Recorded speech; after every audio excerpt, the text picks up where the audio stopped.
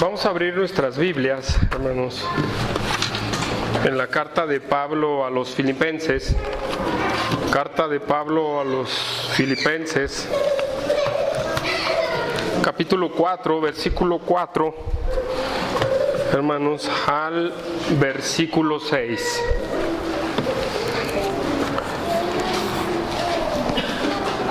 Y como título, hermanos, a lo mejor usted está familiarizado con este título. Como título le he puesto Maranata. ¿Han estado familiarizados con este punto, con esta palabra? ¿Sí? ¿Qué significa, hermanos? ¿Qué se dice que significa? Cristo viene, ¿verdad? Cristo viene. Hermanos, cuando nosotros esperamos a alguien, alguna persona, algún invitado, pues nosotros nos preparamos de alguna manera para recibirle, ¿verdad? Ya sea si le va a compartir algo, un alimento, o va a tener una plática, usted se prepara para recibir a esa persona, ¿verdad? O es muy descortés como para nada más recibir una persona y ya llegó, ya se fue. No, ¿verdad? Somos corteses para recibir a esa persona, más si es una persona que tenemos tiempo de no ver. Hermanos, la semana pasada hablábamos del pleito o de la rivalidad que tenía Evodia y Síntique, colaboradoras del apóstol Pablo en la predicación del Evangelio. Y Pablo invita a un hermano de la iglesia de Filipos a que sea un intermediario en el problema que tienen estas dos personas. Ya nuestro hermano Humberto hablaba de este tema, pero algo muy importante que podemos ver en el versículo 3, hermanos, donde el apóstol Pablo dice voy a leer el versículo 3, dice: asimismo te ruego también a ti, compañero fiel, que ayudes a estas que combatieron juntamente conmigo en el Evangelio, con Clemente también y los demás colaboradores míos, cuyos nombres están en el libro de la vida. Y podemos ver que es ridículo tener una rivalidad dentro de la iglesia cuando nos vamos a ver por la eternidad. ¿En dónde? En el cielo. En el cielo nos vamos a ver por la eternidad. Entonces es tan ridículo tener una rivalidad aquí en la tierra, aunque podemos entenderlo por causa del pecado, ¿verdad?, que existe, pero si nosotros vemos la realidad, es que no debe de haber esa rivalidad, porque vamos a vivir con esa persona por la eternidad. ¿Lo cree usted? Sí.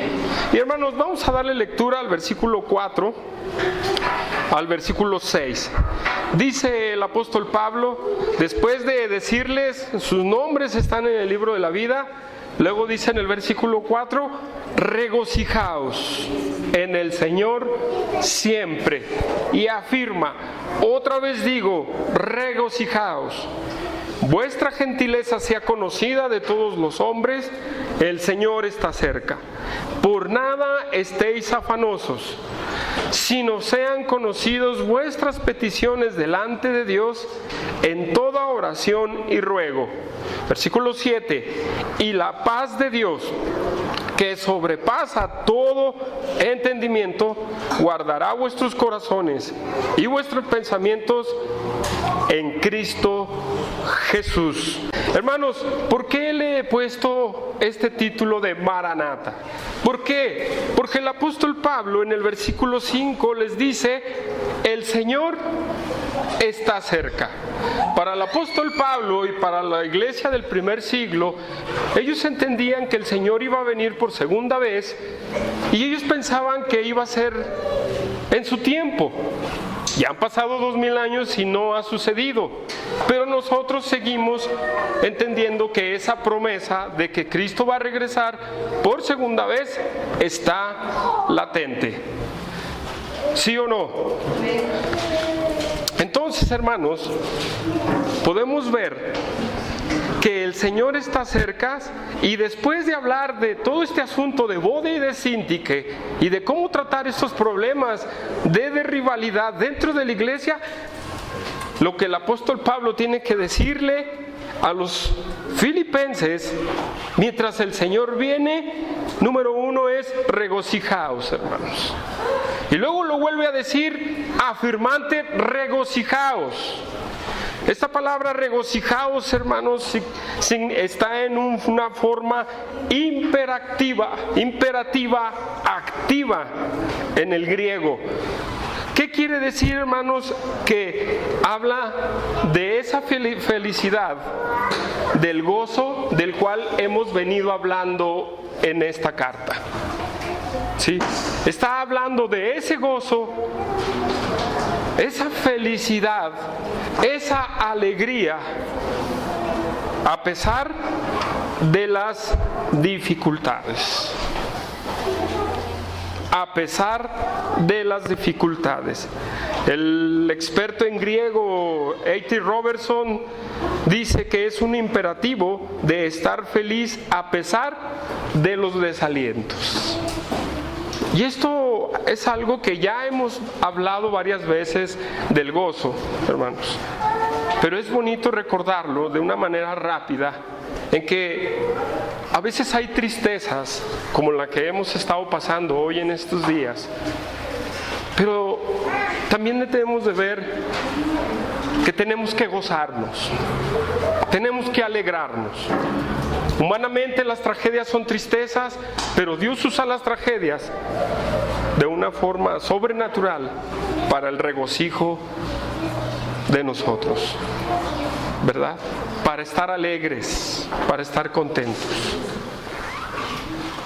De una manera u otra tenemos que mostrar esa alegría a pesar de un desaliento en nuestras vidas. Y hermanos, este tema ya lo hemos hablado varias veces, no me voy a detener en él, pero es una cosa que tenemos que estar mostrando, es una cosa en la que tenemos que estar experimentando, ¿sí? Un regocijaos, un alegrarnos, ¿sí? Y como lo vimos en el capítulo 3, hermanos, regocijaos, ahí dice gozaos en el Señor, ¿verdad? En el capítulo 3 de Filipenses, capítulo 3, versículo 1, dice gozaos en el Señor. Y hermanos, sigue el apóstol Pablo en el versículo 5 y dice: vuestra gentileza sea conocida de todos los hombres. La segunda cosa que debemos de hacer mientras el Señor vive es mostrar a las personas nuestra gentileza. La verdad es que esta palabra tiene muchas definiciones. Muchas Biblias definen esta palabra de muchas maneras.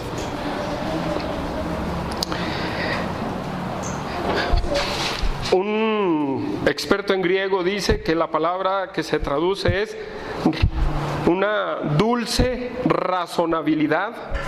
Otra versión, no voy a decir cuál, dice vuestra moderación. Otra versión dice también como modestia, ser comprensivos, individuos desinteresados y considerados, mesura, amabilidad, comprensivos, simpatía, magnanimidad, autodominio, buenos modales, buena educación, cortesía, gracia, hermanos. Muchas versiones de la Biblia traducen esta palabra de esta forma. Si nosotros podemos encapsular en una sola palabra, cuando el apóstol Pablo está diciendo vuestra gentileza sea conocida de los hombres, hermanos, yo lo puedo definir en: sea tu buen testimonio de Cristo conocido a los hombres. Hermanos, no me va a dejar usted mentir que nuestro testimonio de vida no tiene que ver con la gentileza, con la amabilidad, no tiene que ver con ser comprensivos, con ser considerados. Hermanos, es una parte de nosotros en el cristianismo que debemos nosotros de estar practicando y reflejando a las personas.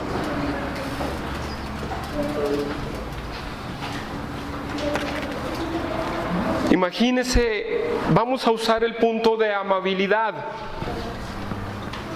¿Usted tiene que ser amable o no? Ahora le pregunto, según la situación, ¿soy amable?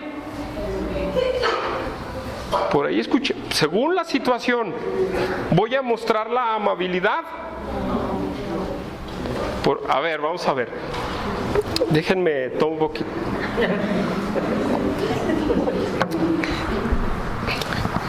Según la situación, ¿es como debo mostrar mi amabilidad?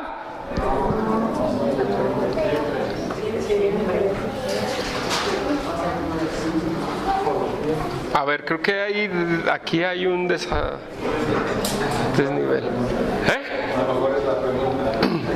Sí, ¿verdad?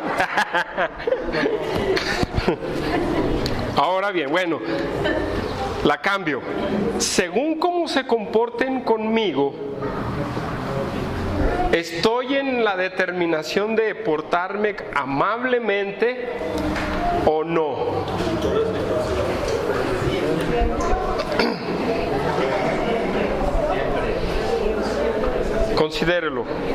Considérelo. Imagínese, a veces mi esposa, al decir, me regaña, oye, cálmate, porque reacciono de una manera no buena. Y después digo, sí, cierto, no estoy reaccionando de una manera buena. Entonces y fíjese cómo dice, una de las formas en cómo se usa esta palabra, cómo dice, buenos modales, un autodominio también, ¿sí? Entonces, esto tiene que ver con lo que usted le muestra a las demás personas. A lo mejor muchos de nosotros estamos así, a veces tenemos un aspecto no muy amable, ¿verdad?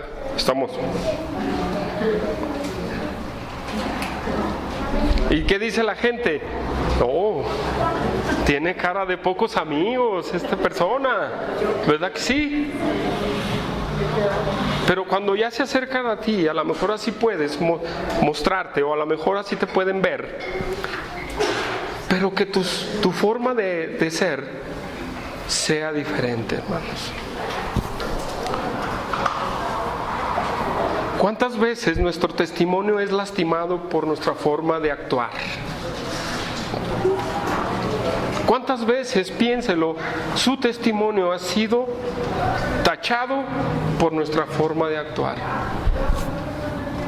¿Cuántas veces? Y luego el tema, esta frasecita que me encanta. Y eso, que son cristianos. Y eso, que predican la Biblia. Y eso, que van a la iglesia.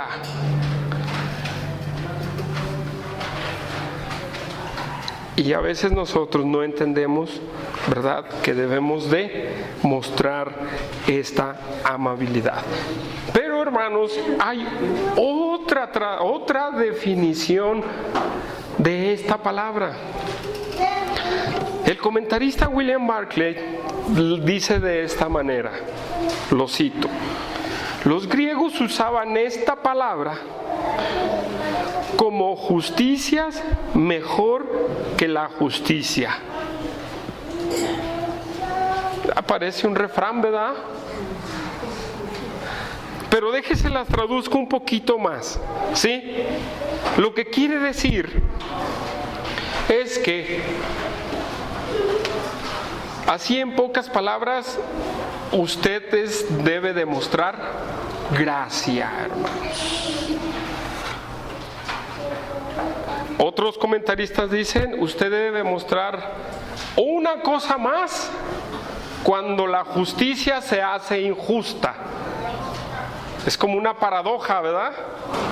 ¿Cómo la justicia se hace injusta?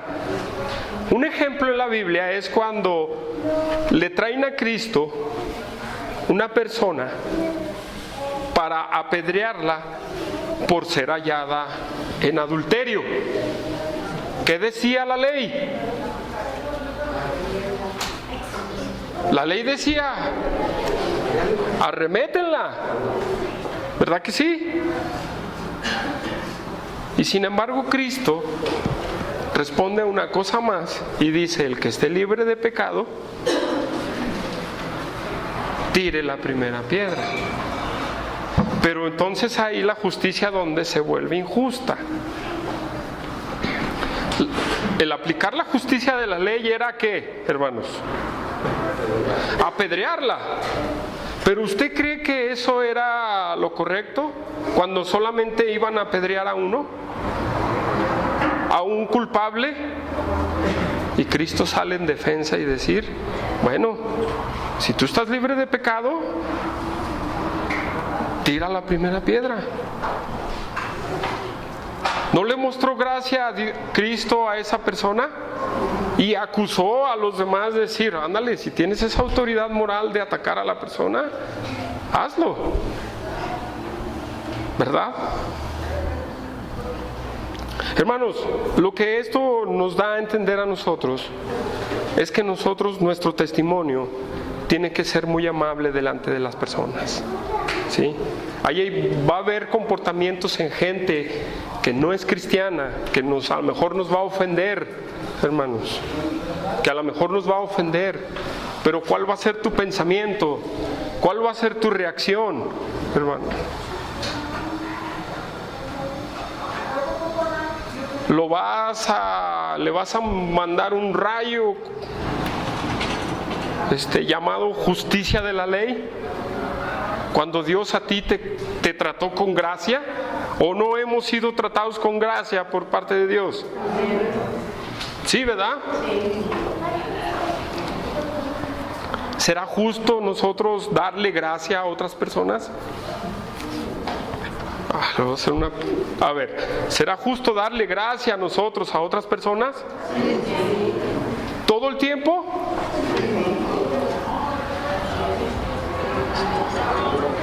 Y estoy hablando de un inconverso. Ahora le pregunto a su hermano en Cristo, ¿qué va a hacer? Más, exactamente. ¿Qué va a hacer? A ver, porque por acá veo como que andan así medio... Entonces necesitamos mostrar más gracia. Pero hermanos, es nuestro testimonio lo que debemos de estar manifestando. Un buen testimonio. Muchos dicen, es imposible. A lo mejor. Pero portadores del Espíritu Santo, ¿será posible? ¿Sí, no? Entonces, hermanos, nosotros debemos demostrar esa grande gentileza hacia las personas, porque de aquí a que el Señor venga, hay muchas personas que necesitan ver un buen testimonio en el cristianismo. Si a usted lo ven con un mal testimonio, va a lastimar su testimonio, pero no se quede ahí. Pida perdón y vaya, cambie. Pídale al Espíritu Santo, transfórmame, Espíritu Santo, cámbiame. Si di testimonio, mal testimonio en estas partes a tales personas, ayúdame a hacer un buen testimonio. Ayúdame a ser esa persona de buen testimonio.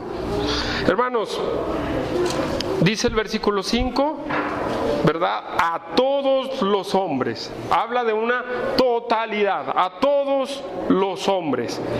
Y luego usa esa frasecita, el Señor está cerca. Entonces el apóstol Pablo está diciendo, de aquí a que venga el Señor, hagan lo posible por mostrar su buen testimonio, su buen comportamiento delante de la gente. ¿Sí? Porque a veces es condicional nuestro comportamiento. ¿Sí o no? Sí. Pero debemos de pensar en las demás gente que no conoce a Cristo. Y a veces aún con nuestros hermanos en Cristo, ¿verdad? Usamos de mal en testimonio. Nosotros tenemos que recordar que de aquí a que regrese el Señor, nosotros tenemos que mostrar esa grande gentileza. Hermanos, regresamos a Filipenses. Y otra de las cosas que tenemos que estar preparados mientras el Señor viene lo habla el versículo 6. Dice el versículo 6, por nada estén afanosos. Hermanos, no hay que estar afanados en esta vida. Deje decirle por qué. La palabra afanoso significa ansioso, perturbado, preocupado. Y déjeme decirle que también está en una forma imperativa. Está en una forma de orden.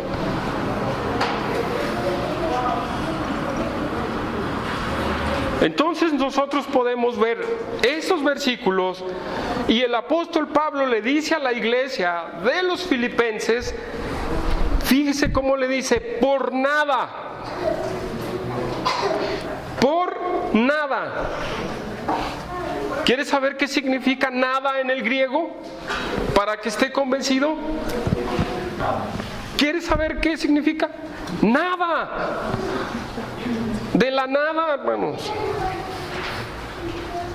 Cuando se dice que de la nada no sale nada, es esa palabra, por nada.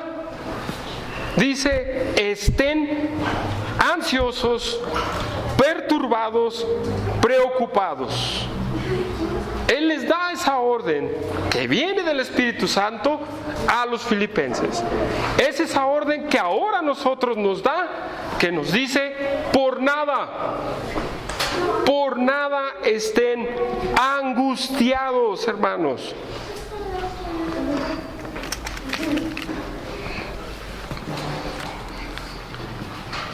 Y podemos decir, en este punto, no, yo no estoy ansioso, yo no estoy preocupado, yo no me preocupo por nada. No seamos mentirosos, hermanos. Sí nos preocupamos, sí estamos ansiosos, sí estamos perturbados, las situaciones nos perturban, ¿sí o no? Claro, hermanos, claro que nos perturban. Solamente le voy a decir, ¿por qué hay tanta gente estresada? ¿Por qué hay tanta gente? Y pues no digamos del mundo. Allá psicólogos, no sé qué tantos, estresados, perturbados. Pero miremos hacia adentro de nosotros.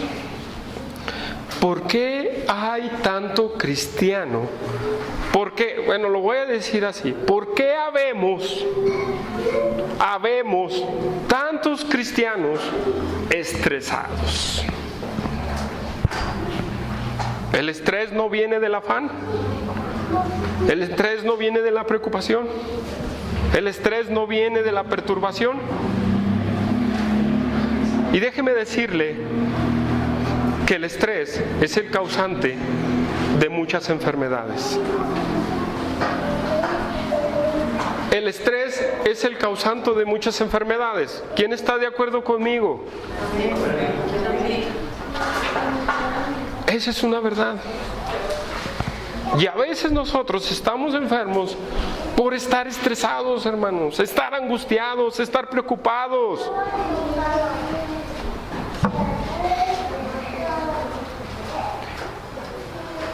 Pero Pablo nos dice una orden: por nada estén afanosos. Cuando nosotros salimos a evangelizar con el tablero, hay un mensaje que tenemos nosotros que se llama Dios y el hombre. Y en ese mensaje hablamos de la paz. y de la ansiedad, ¿verdad que sí? Y eso a mí me puede mucho porque yo estoy evangelizando para que las personas busquen la paz y dejen la ansiedad, y yo que estoy evangelizando estoy estresado y no tengo paz. ¿Sí me entiende?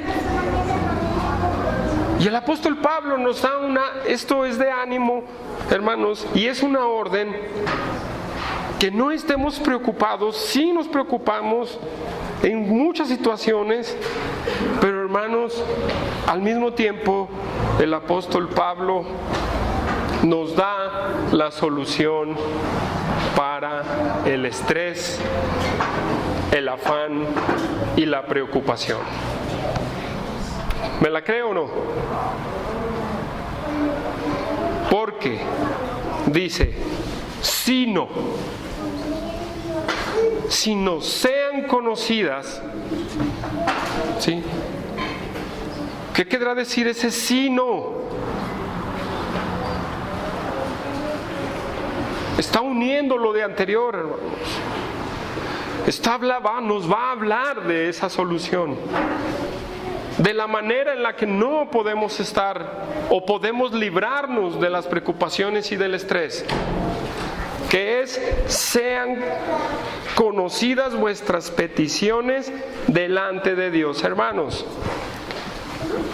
cuando estamos nosotros afanados es porque algo necesitamos, algo está pasando, en algo estamos enfermos, o en alguna situación nos está perturbando.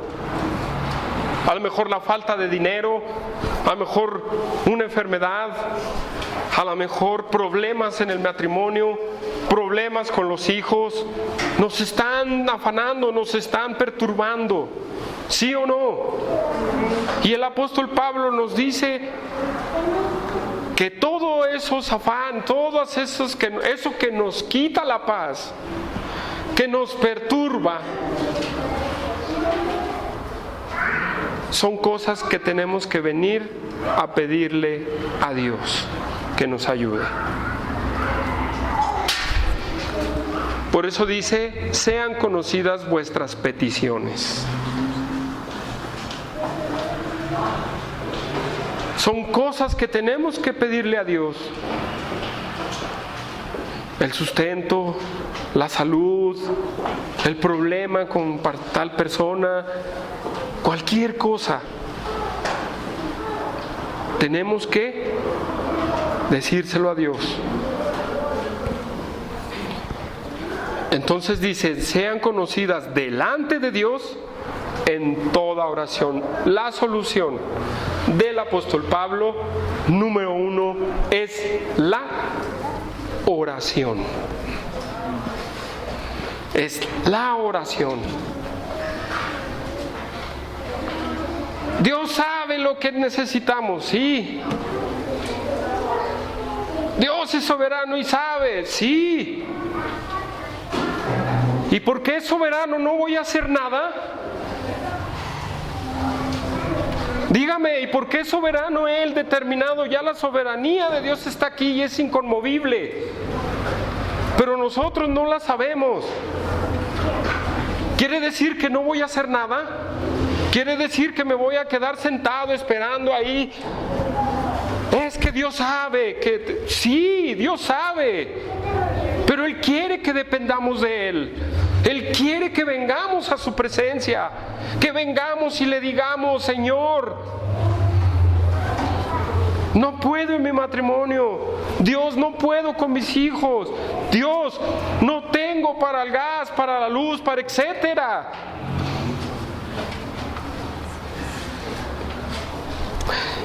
Creo que le estoy poniendo mucha intensidad, perdón, hermanos,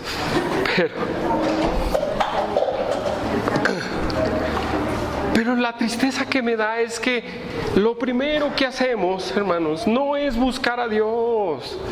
Lo primero que hacemos es irme a quejar con una persona. es irme a quejar con otra, es irme a quejar con las autoridades, es irme a quejar con...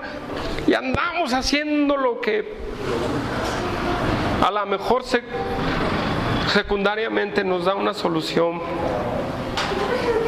pero quien puede darnos esa solución es Dios.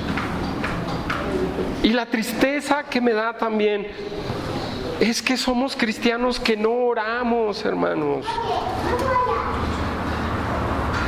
Y en la oración hay muchas partes de la oración, ¿sí? Como bueno, ahorita voy a hablar de eso. La gratitud, el confesar pecados, las peticiones por otras personas. Pero también, hermanos, tenemos, no nada, pero también, bueno, voy a hablar esto, también tenemos que pedir, ¿no?, por lo que nos está angustiando y perturbando, hermanos.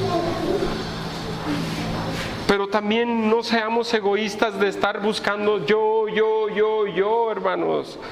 Toda la oración es un equilibrio en donde tenemos que tomar esas partes de la oración. Si hay algo que nos perturba, hermanos, vengamos a la presencia de Dios. Una vez decía un hermano que es keniano, algunos lo conocen, que por qué no éramos como los musulmanes. Los musulmanes llegaban a una hora, sacan su tapete y se hincaban y ellos oraban. Bueno, pero ellos están cumpliendo una religión, están cumpliendo una regla, ¿verdad? Pero él decía, pero nos ponen la muestra, sí, porque nosotros no somos capaces de caer de rodillas, de encerrarnos en un lugar y empezar a clamar a Dios y decir: Dios, tú estás al control de esta situación, tú estás al control de mi vida, tú estás al control, dame esa paz. Aquí está mi problema, Dios, aquí está lo que me perturba.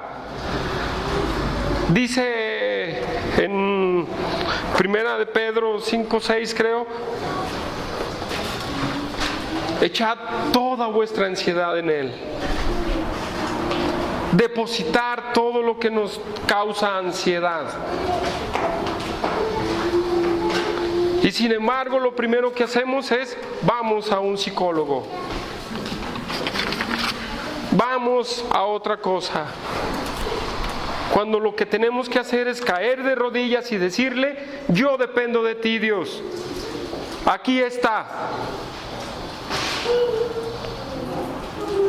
Con esto yo conecto lo que sigue en toda oración y ruego, hermanos, y ruego.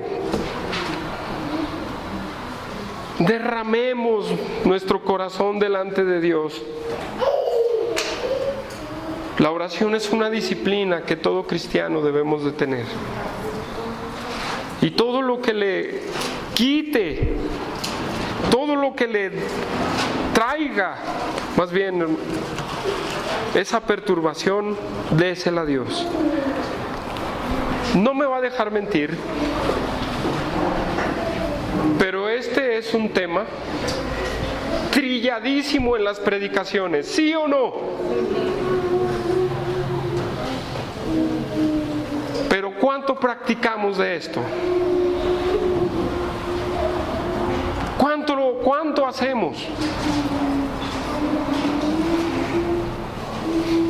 ¿Cuánto de verdadmente depositamos nuestra fe en Cristo? Y entendemos que Él es el que va a obrar.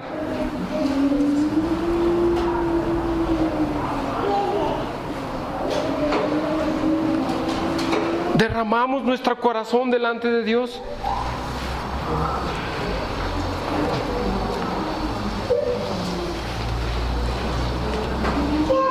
¿Derramamos nuestro ser delante de Dios? No, derrame su corazón delante de Dios. No sea religioso cuando viene a orar a Dios.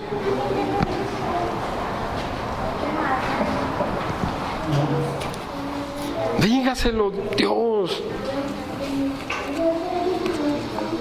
No tengo para esto. ¿Usted cree que no, cuando me quebré no me perturbaba en mi cabeza? ¿Qué voy a hacer? ¿Usted no cree que no me preguntaba qué voy a hacer?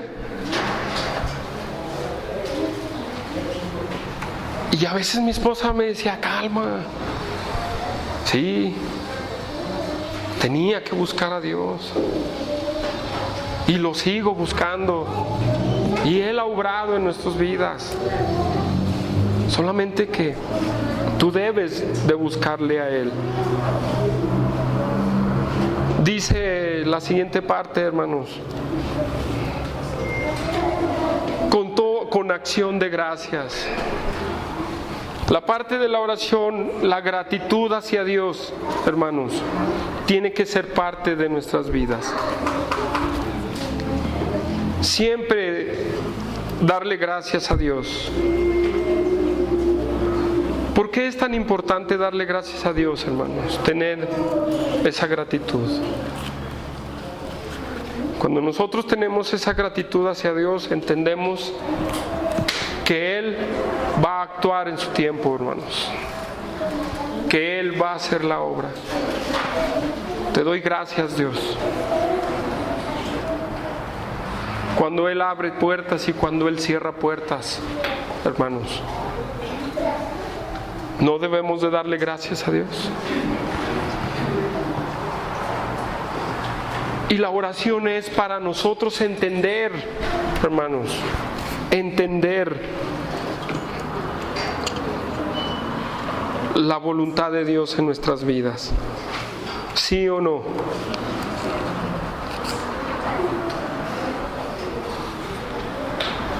Pero es que tenemos que buscar esa oración, hermanos. ¿Sí? Si nosotros no buscamos la oración, nuestros problemas, nuestras tensiones, nuestros desajustes personales nos van a robar todo. Pero cuando nosotros entramos a la presencia de Dios y decimos y entendemos, y Dios nos da esa convicción, esa firmeza de que Él va a actuar, ¿verdad? Dice en el versículo 7, hermanos, regresamos al versículo 7 de Filipenses.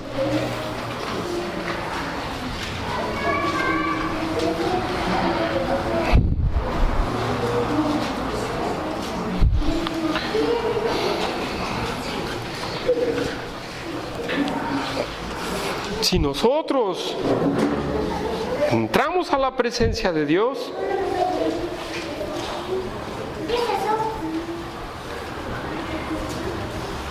¿cuál cree que va a ser el resultado, hermanos? ¿Cuál cree que va a ser el resultado?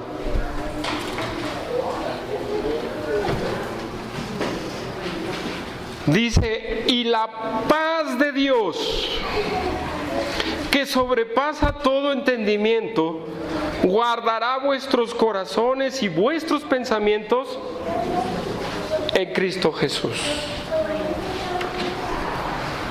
Hermanos,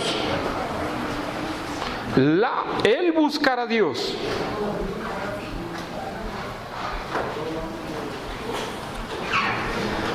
en la oración, el derramar nuestro corazón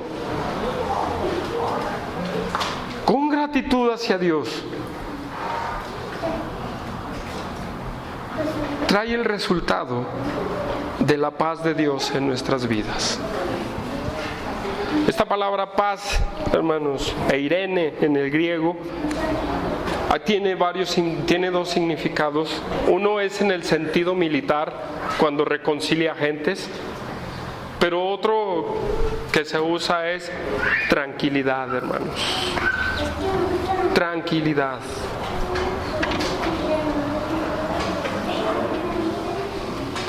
Si nosotros buscamos a Dios, derramamos eso, la paz de Dios vendrá a nosotros.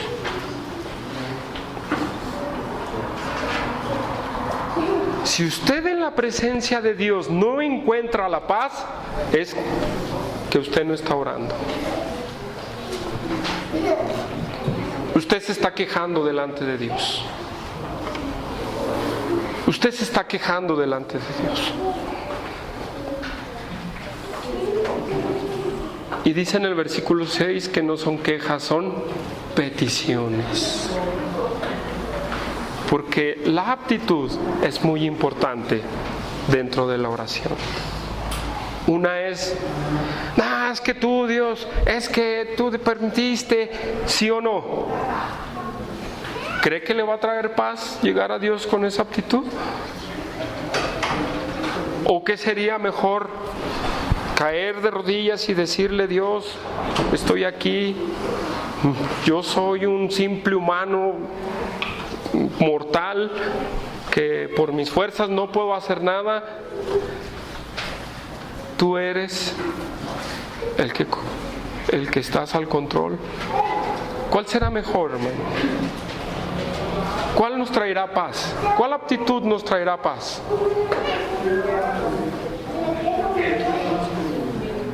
Si usted nada más se acerca para quejarse delante de Dios, usted no está teniendo peticiones, usted se está quejando delante de Dios. Usted está murmurando de Dios. ¿Sí? Y eso es un pecado. Es mejor esa petición para que esa paz, hermanos, que Él nos da, sea una paz experimentada por nosotros. ¿Sí? Es esa paz que tenemos que experimentar, hermanos. ¿Sí? Vamos a Colosenses rápido, unas hojitas atrás.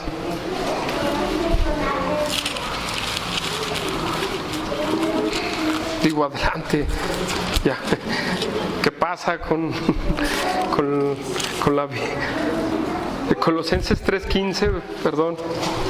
Colosenses 3:15.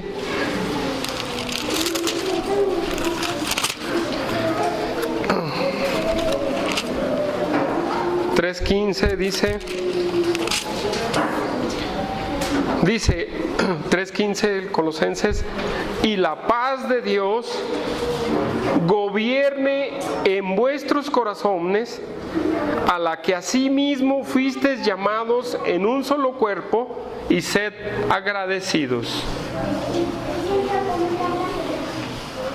¿Sí? La paz de Dios gobierne, dice en Colosenses, y en Filipenses dice la paz de Dios, ¿verdad?, que sobrepasa el entendimiento. Entonces nosotros podemos decir, hermanos, que cuando de verdad buscamos a Dios, esa paz vendrá a nosotros, esa tranquilidad vendrá a nosotros. Esos problemas vamos a entender que están en las manos de Dios.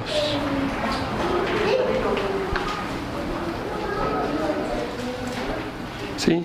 Y esa paz va a venir a nuestras vidas y nos va a dar una tranquilidad. Y vamos a tener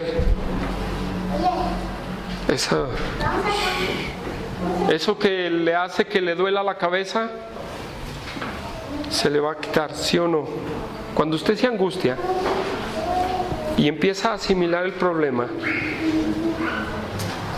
cuando usted se angustia pues y le duele la cabeza y después empieza a asimilar el problema, ¿no empieza a calmarse? Y eso estoy hablando humanamente, ¿sí? Cuando empieza a calmarse, no empieza a relajarse, ¿cuánto más buscando la presencia de Dios? ¿Cuánto más buscando a Dios? va a estar su corazón con tranquilidad. Sí, va a estar con tranquilidad. Hermanos, y es una paz que sobrepasa el entendimiento. Sí. Esta frase de entendimiento tiene que ver, traspasa el raciocinio. No se vuelve ilógica, traspasa el raciocinio. A ver, los que son muy analíticos no están y dicen, a ver, ¿cómo que esto pasa así y pasa así? Esta paz sobrepasa la lógica, hermanos. ¿La ha experimentado? A ver, ¿la ha experimentado?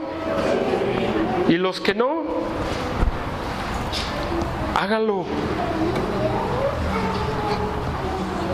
Esa tranquilidad Dios le va a bendecir grandemente en su vida. ¿Por qué? Hermanos, porque esa paz de Dios que sobrepasa el entendimiento, regresamos a Filipenses, dice, guardará vuestros corazones y vuestros pensamientos en Cristo Jesús.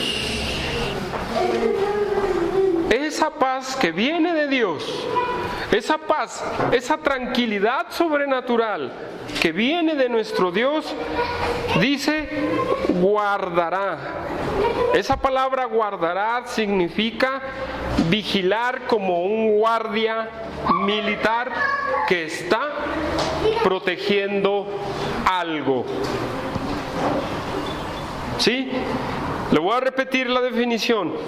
Esa palabra guardará significa vigilar como un guardián militar que está protegiendo algo.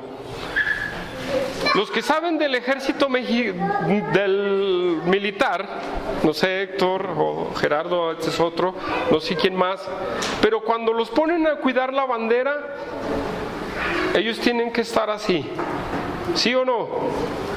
Y no se tienen que mover, excepto si van a atentar contra el símbolo patrio, ¿sí o no? Es esta palabra, así es, esta palabra, así es la paz de Dios en nuestras vidas. Nos está protegiendo. ¿De quién? De nosotros mismos, primeramente, hermanos. ¿Qué pensaron? ¿Que les iba a decir de Satanás? No, de nosotros mismos. Y guarda, número uno, nuestros pensamientos. Nosotros somos nuestros propios enemigos porque cuando vienen los problemas, nosotros estamos pensando muchísimas cosas en nuestra cabeza y empezamos a dudar de Dios. Y empezamos a dudar y decir, ¿de verdadmente Dios me podrá ayudar? ¿De verdad Dios me puede sacar de este asunto? ¿De verdad? Perdón, hermanos. ¿De verdad? Y empezamos a perder nuestra credibilidad en Dios. Nuestra fe empieza a ser tambaleada, hermanos.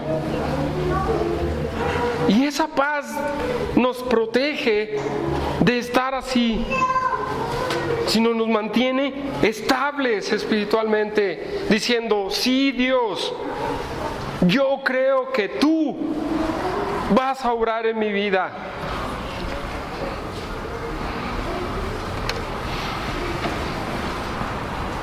Y protege nuestro corazón, hermanos.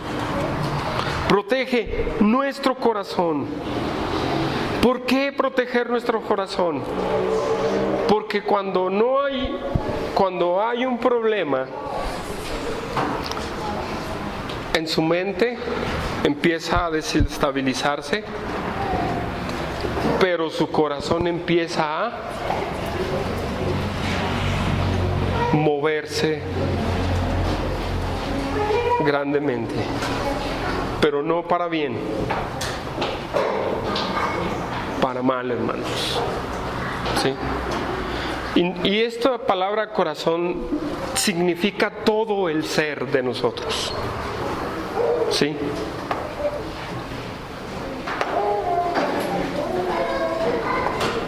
¿Qué pasa con los que están agitados? ¿Qué es lo que se afecta, hermanos? Pues sí, su corazón, pero antes de eso, su vida es afectada. Su vida es afectada.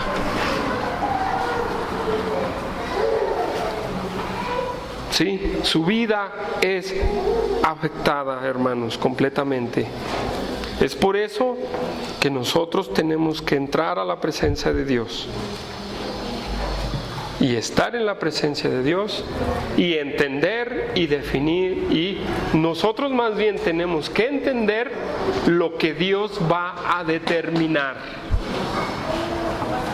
¿Sí? Nosotros tenemos que entender lo que Dios va a determinar. Cuando nosotros hablamos de la soberanía de Dios, y ahora me voy a detener más, y más los que son ultracalvinistas, sí, todo, una vez se lo dije a Carlos, es que Dios es soberano, es que Dios es soberano. ¿Eso es una verdad? ¿Sí o no? ¿Verdad que sí es una verdad? ¿Que Dios es soberano? Y yo le decía a Carlos, la soberanía de Dios está en su lugar, si así lo puedo ilustrar, y es inconmovible. ¿Sí o no? Ahí está, inconmovible. Y como decía hace rato yo, entonces nada más porque Dios es soberano, yo no tengo que hacer nada. ¿Tú ya sabes lo que Dios ha determinado para ti en tu situación? No, ¿verdad que no? ¿Y qué es lo que tenemos que hacer? Entrar a la presencia de Dios y entrar a la presencia de Dios nos dice, y vamos a entender lo que Dios tiene determinado. Un ejemplo, cuando David pecó con Betsabé, cayó en adulterio, y cuando supo que esta mujer estaba encinta, y cuando iba a nacer, ¿verdad? ¿Qué hizo David? Se puso a orar, ¿verdad? Se puso a ayunar y a estar en la presencia de Dios. Y cuando nació el niño y murió, él se levantó y dijo, muy bien, esto es lo que Dios determinó. ¿Sí o no?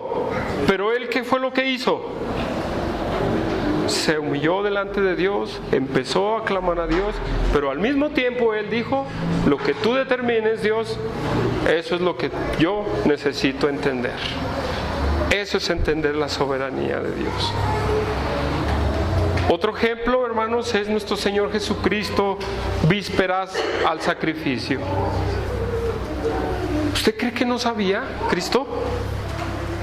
Pero sin embargo entró en el huerto de Getsemaní y le decía, si hay otra forma, Padre, pase de mí esta copa, pero no se haga como yo, sino como tú. ¿Y cuánto tiempo estuvo Jesús ahí? Como buen tiempo, ¿no? O sea, se levantó 3 veces a reprender a sus discípulos. Y a la tercera vez que se levantó, vámonos. La cosa es así como Dios la determinó. ¿Sí o no? Y cuando Dios, hermanos, cuando nosotros, esa paz que viene a nuestros corazones, esa paz que sobrepasa y que guarda nuestro pensamiento y nuestros corazones, nos hacen entender la voluntad de Dios en nuestras vidas. ¿Sí o no? Porque cuando nosotros no buscamos la presencia de Dios, no encontramos nada, hermanos. Nos amargamos contra Dios. Y tenemos que entender, hermanos, y eso es por eso que Él nos protege también de los ataques de Satanás, hermanos. Porque él toma, ¿verdad? Él te ve débil. ¿Y qué es lo que dijo Cristo también en Getsemaní? La carne es débil, ¿verdad? La carne es débil. Y va a venir el tentador y te va a atrapar, hermanos, con pensamientos negativos, con pensamientos faltos de fe. Si de por sí tú ya los traes, hermano, y ahora viene el enemigo y te implanta esos pensamientos, estás acabado.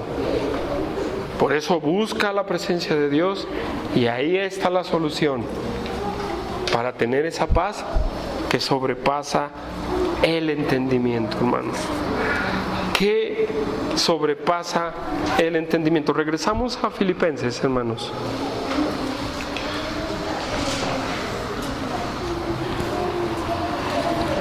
Entonces Él guarda nuestros corazones y nuestros pensamientos en Cristo Jesús. Esta palabra en significa que estamos en una posición. Si tú buscas a Dios, encuentras esa paz sobrenatural que viene de Dios, Dios te va a proteger, y tu posición que tienes en Cristo no va a ser conmovida. No va a ser conmovida para nada. Pero sin embargo nosotros nos escuchamos a nosotros mismos, y escuchamos al enemigo, y escuchamos los consejos del mundo. Nuestra posición va a empezar a navegar. Nuestro hermano Humberto nos hablaba de la firmeza, ¿verdad?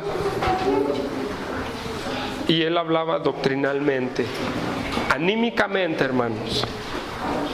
Las perturbaciones, nuestra posición la empieza a mover como el mar embravecido. ¿Será verdad? ¿Será mentira? Pero es porque no buscamos a Dios.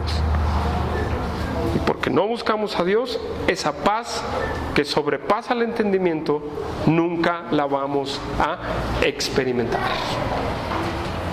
Nunca la vamos a experimentar. Porque es en la presencia de Dios en donde vamos a experimentarla, hermanos. No con el psicólogo, no con la doctora corazón, ¿sí? No con tu vecino, no con tu comadre, con tu compadre. Ahí no vas a experimentar la paz. A lo mejor lo que te digan te va a decir, sí es cierto, ¿verdad? Pero va a seguir el problema. Pero cuando entres a la presencia de Dios, vas a experimentar todo esto, y vas a estar firme, y vas a ver que esas tribulaciones, que esos problemas no te van a afectar. Los vas a poder enfrentar, pero solo si te dispones a buscar la presencia de Dios.